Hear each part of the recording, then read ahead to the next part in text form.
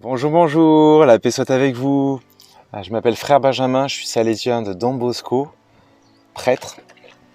Et donc on m'a invité à dire un petit mot au sujet des temps bien particuliers qui sont les nôtres de confinement. Et dans ces temps de confinement, il y a un sujet un peu délicat qui est celui de la solitude.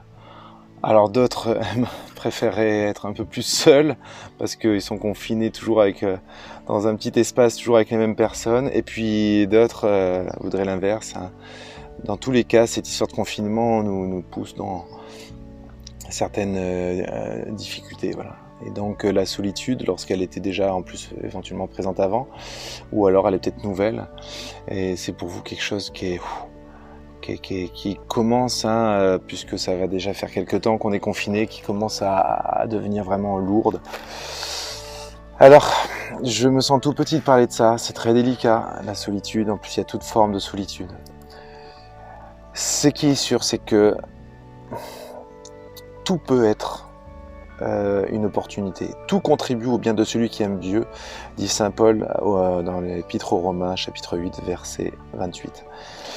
Il faut en être persuadé, vraiment, il faut en être persuadé que à travers cette épreuve, il y a une leçon possible à tirer.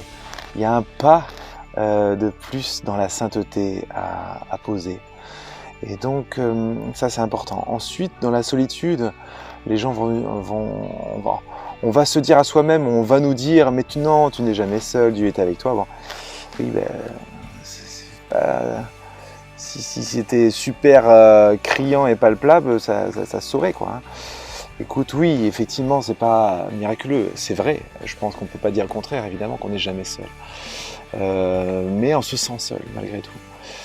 Alors moi je dirais que ce sentiment de solitude, je me demande si c'est pas quelque chose un petit peu que génère notre âme, comme si c'était un cri de l'âme au-dedans de toi qui te dit mais prie davantage, prie davantage, prie davantage. Vous savez, il y a des dangers à la solitude, c'est celui de combler cette solitude par plein de subterfuges, par les écrans qui tournent toute la journée, la télé, la radio, tout ça.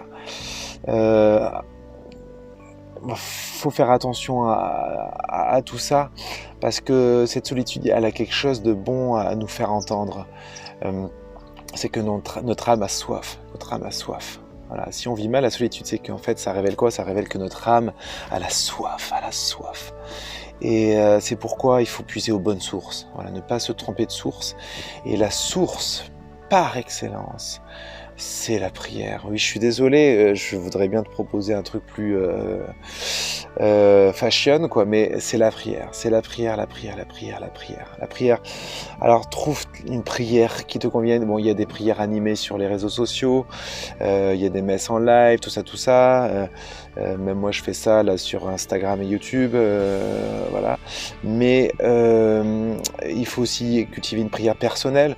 Et par exemple, la prière du chapelet, c'est une prière simple. Ouais. Quand on ne sait plus trop quoi dire, bah, on prie chapelet. Et puis voilà, ce sont les mots que nous ont enseignés la Vierge Marie et Jésus. Voilà, et donc vraiment prier en qualité autant qu'on peut, certes, mais des fois on a du mal, mais à défaut on peut au moins prier en quantité, surtout en ce moment où théoriquement on a quand même davantage de temps. Donc que là on n'a plus l'excuse de ne pas avoir le temps. Voilà.